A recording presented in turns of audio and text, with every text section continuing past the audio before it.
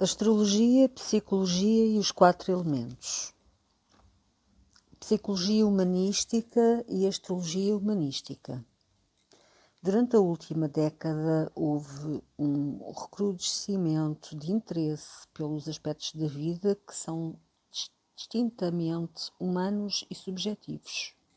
Na psicologia, este enfoque tem sido chamado terceira força ou psicologia humanística e é nitidamente diferente dos modelos mais mecanicistas de homem construídos pelas gerações anteriores de psicólogos.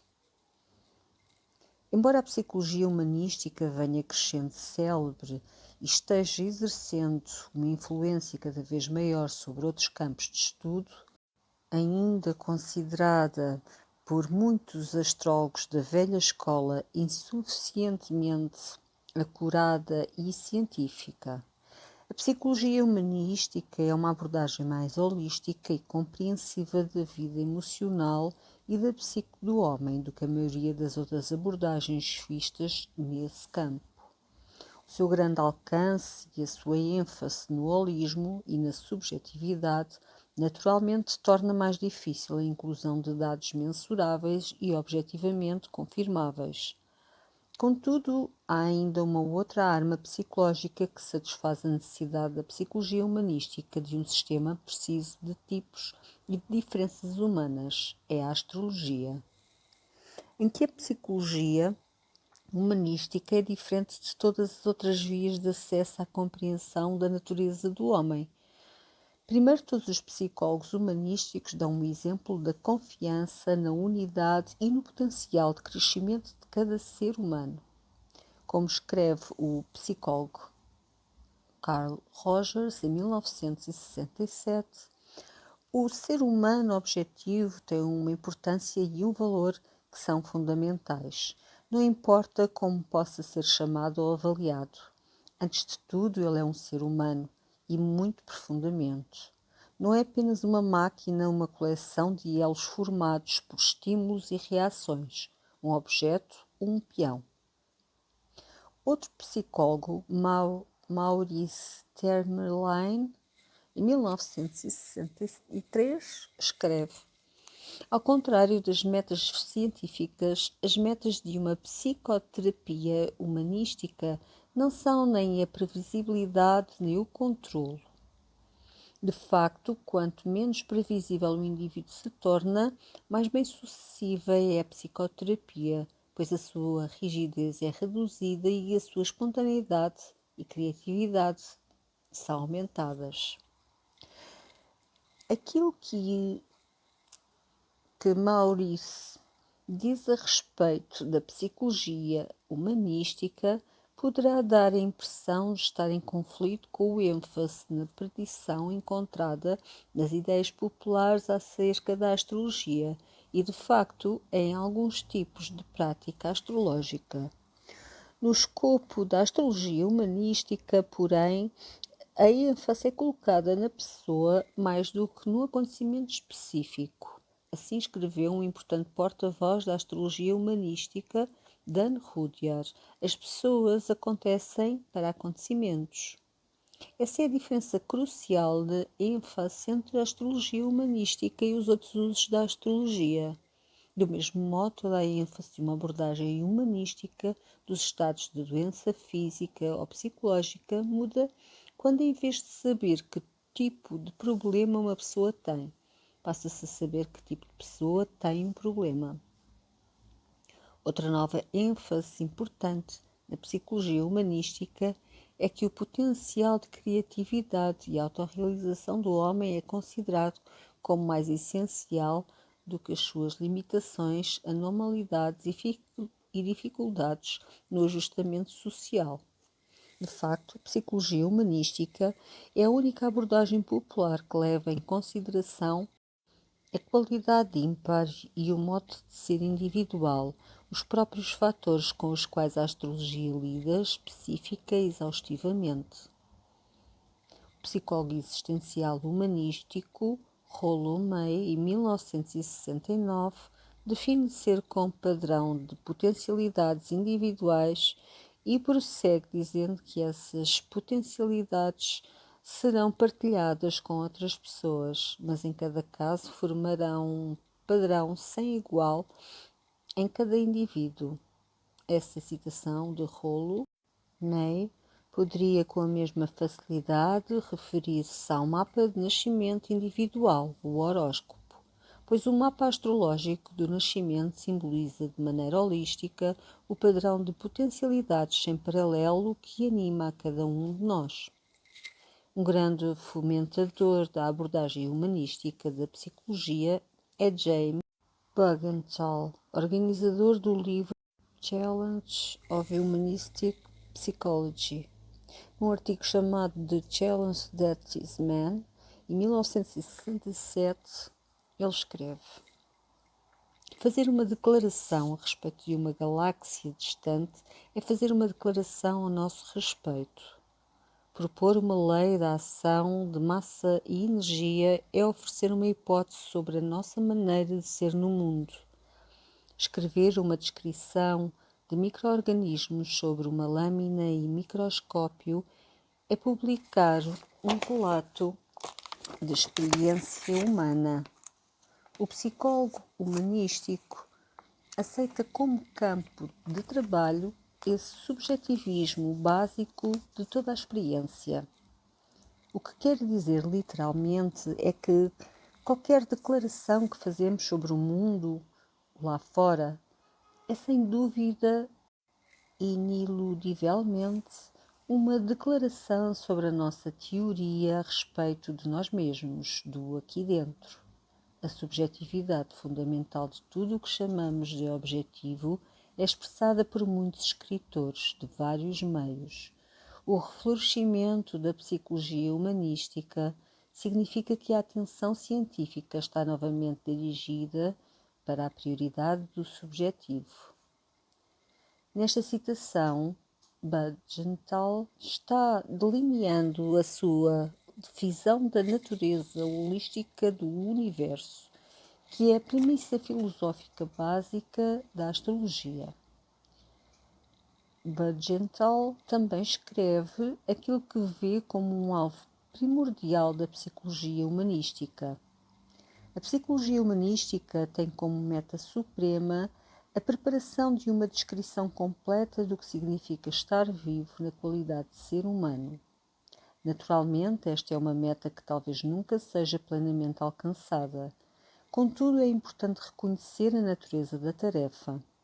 Uma tal descrição completa incluiria necessariamente o inventário dos talentos inatos do homem, as suas potencialidades de sentimento, pensamento e ação, o seu crescimento, evolução e declínio, a sua interação com várias condições ambientais, o alcance e a variedade de experiências que ele pode ter, o seu lugar significativo no universo.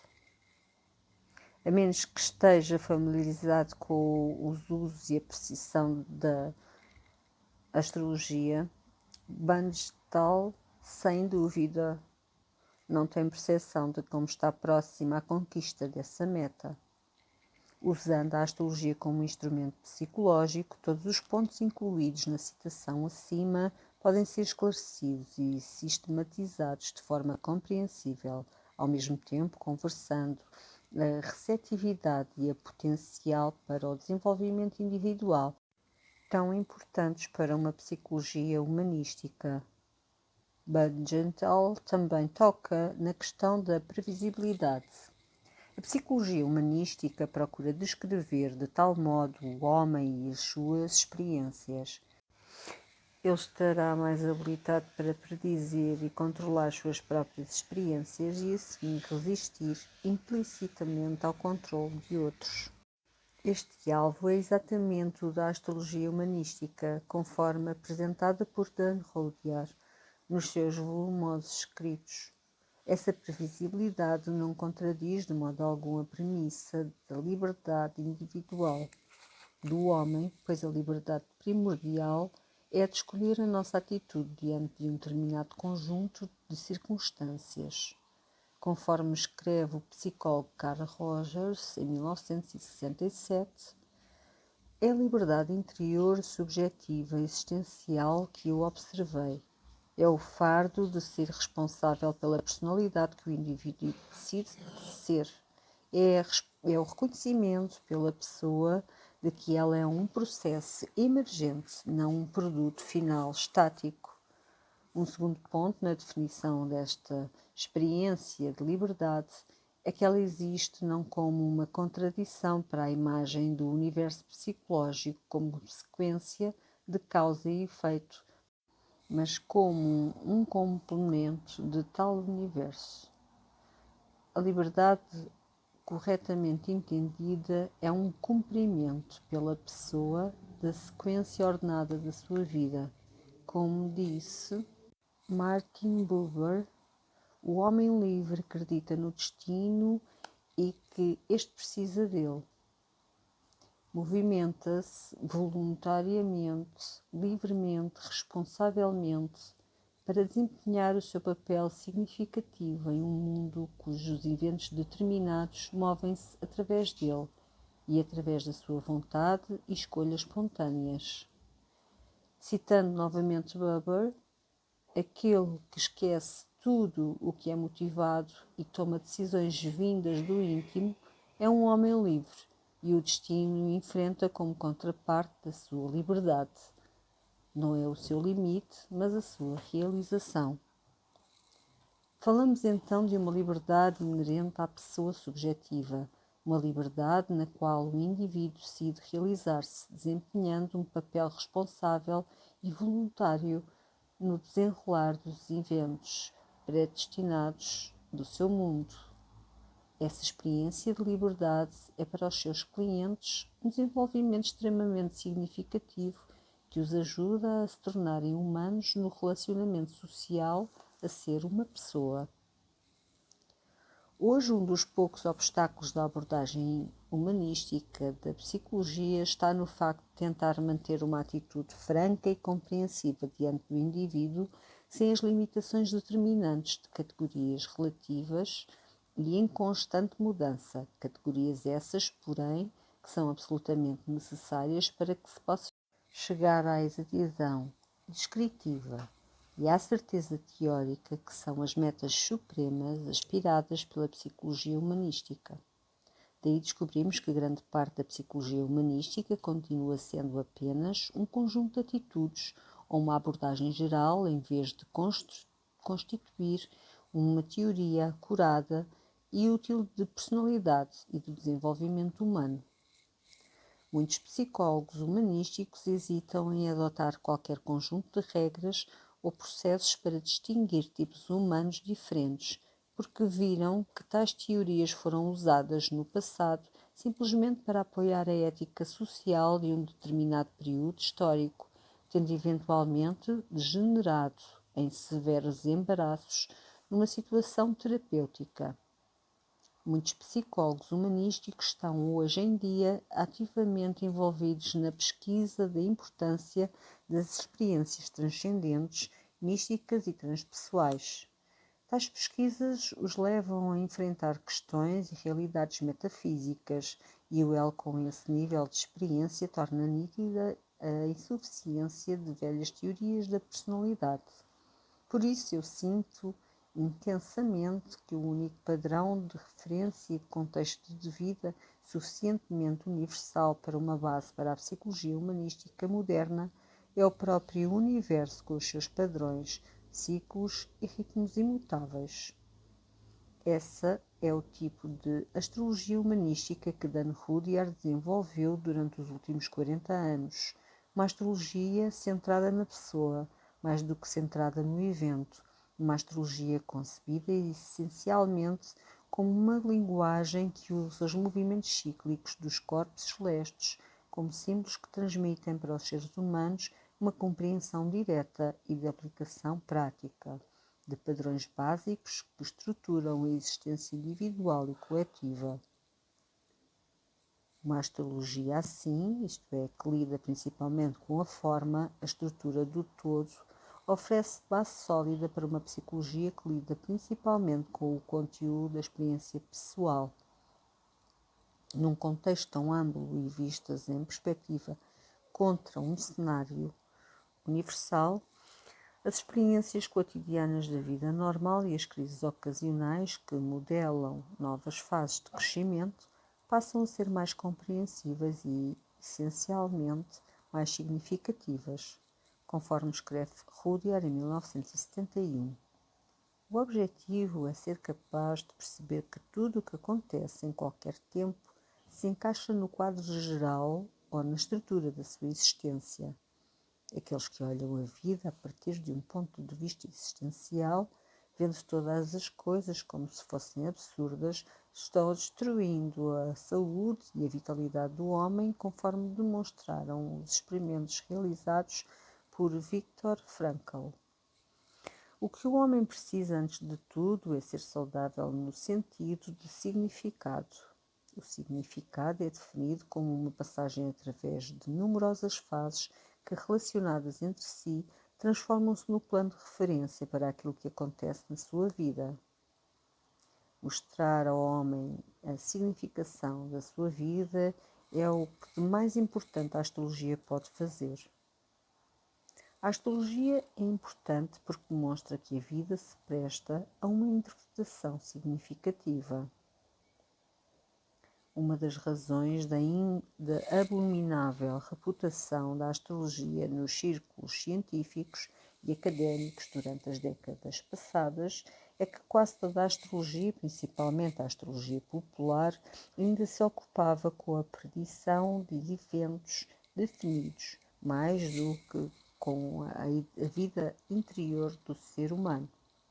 O passo mais importante dado pela astrologia humanística de Rudyard é que ela transfere a ênfase ao mundo exterior dos eventos para o mundo exterior da experiência e crescimento pessoal. Várias técnicas de predição, tais como sequências e conjunções, ainda têm lugar numa astrologia humanisticamente orientada, mas a importância daquilo que tais técnicas indicam muda, passando de um ato do destino determinístico e sem significado para uma oportunidade significativa para experimentar e integrar novos aspectos na nossa maneira de ser. Em outras palavras, estas ocasiões, assinaladas como críticas por meio da análise dos ciclos mais vitais para o padrão de desenvolvimento da pessoa como um indivíduo, são vistas como parte de um padrão de crescimento e autorrealização ainda maior. Ainda sendo mesmo as experiências difíceis, assumem um significado pessoal positivo que produz crescimento. Rudyard, em 1971, explica da seguinte maneira esta nova ênfase dada ao indivíduo na astrologia. Se você quer que a astrologia demonstre a sua força, não deve focalizar o ponto no qual ela é incomparável, onde ela é capaz de revelar o valor mais absoluto. Essa é a situação individual. O que você tenta compreender é o significado dessa situação como um todo. A razão pela qual a situação dos planetas é importante é que, se você compreende que o universo é um organismo, no sentido mais amplo do termo, um sistema de atividades integradas, então qualquer coisa que acontece com esse sistema tem um lugar e uma função dentro dele. Se você quer compreender um determinado ponto no tempo e no espaço, esse sistema tem que ver esse ponto em relação com o sistema todo. A unidade do sistema está trabalhando constantemente em harmonia polifónica com a vida do indivíduo, que se separou de todo porque se transformou ele próprio num pequeno todo, num pequeno organismo. Cada vez que qualquer coisa se individualiza, saindo do todo, continua sendo parte do todo. Na astrologia, a ideia é relacionar toda a atividade funcional do ser humano com 10 símbolos básicos ou planetas, cada planeta apresentando uma qualidade definida de atividade. Visto em conjunto, eles representam um esquema da pessoa como um todo. No seu opúsculo, Astrology for New Minds, em 1969, Rudyard explica esse ponto. Cada ser humano é um todo orgânico, relativamente independente, no qual várias forças atuam dinamicamente entre si, segundo um padrão original e originador que estabelece o seu propósito na vida e a sua relação básica com o todo existente no universo.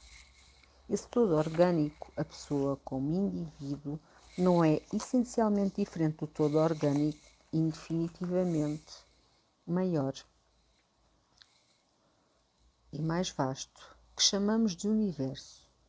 De facto, a pessoa, como um indivíduo, constitui um aspecto particular do todo universal, focalizado num determinado ponto no espaço e, em termos da sua necessidade particular, no momento exato da sua emergência, numa existência independente.